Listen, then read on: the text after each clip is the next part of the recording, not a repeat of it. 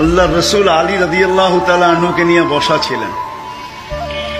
আলী রাদিয়াল্লাহু তাআলা আনহুকে জিজ্ঞাসা করতেছেন, আলী তুমি তো জানো জান্নাতের মেয়েদের সর্দারনি কে হবে? তো আলী রাদিয়াল্লাহু তাআলা হাইসা দিয়া বলতেছে, এটা তো আমার ঘরেই। বলছে, এটাও তো তুমি জানো যে যুবকদের সর্দার কে হবে?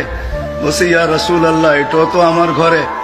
তো বলছে, তাইলে বলো আমার জান্নাতের উম্মতদের বয়স্কদের সর্দার কে হবে?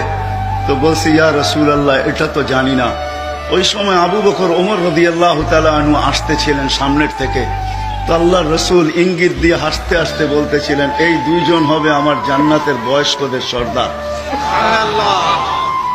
বলতে বলতে ওনারও কাছে চলে আসছেন। আল্লাহর রসুলের চেহারাটা হঠাৎ মলিন হয়ে গেছেন। দুইজন জিজ্ঞাসা করলেন, ইয়া রাসূলুল্লাহ কি জানি বলতেছিলেন, কানে আওয়াজ আসতেছিল। বলছে, তোমরা দুইজন আমার বয়স্ক উম্মতদের জান্নাতের সর্দার হবে। তো বলছে, এটা তো খুশির